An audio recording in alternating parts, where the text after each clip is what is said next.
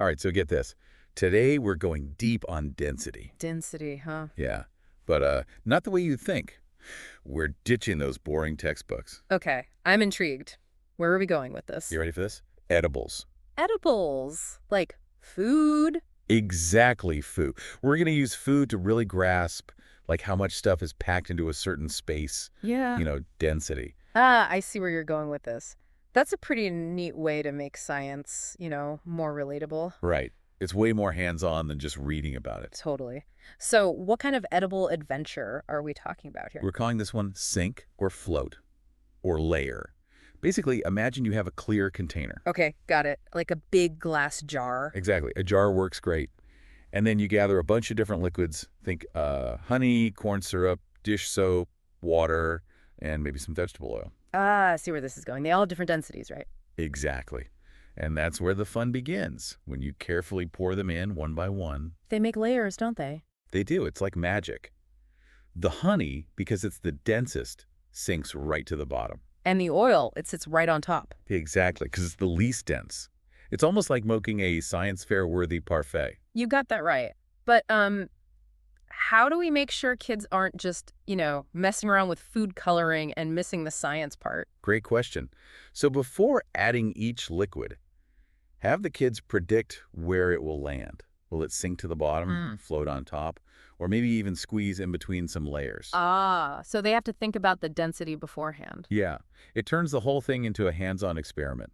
Plus, to really make it pop, you can add a drop of food coloring to each liquid. Oh, that's a smart idea. It makes the layers even more distinct and visually appealing. It's like a visual feast for learning about density. Mhm. And to make sure they're really grasping the concept, you can have them measure the volume of each liquid. Oh, good point. So they can actually see how much space each one takes up in the container. Right. It's a tangible way to connect the dots between mass and volume.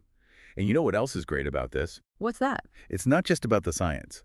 The kids have to work together, make predictions as a team, and observe the results. You're right. It's a fantastic exercise in collaboration and critical thinking, all disguised as a fun kitchen experiment.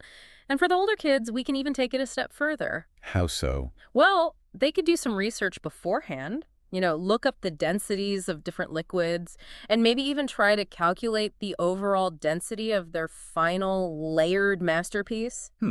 Calculating the density of the whole thing might be a bit much for the younger ones, though, right? You're right. We got to make sure it's appropriate for different age groups. So for younger students, stick with the basics. Observations, predictions, maybe a little mixing and matching of liquids.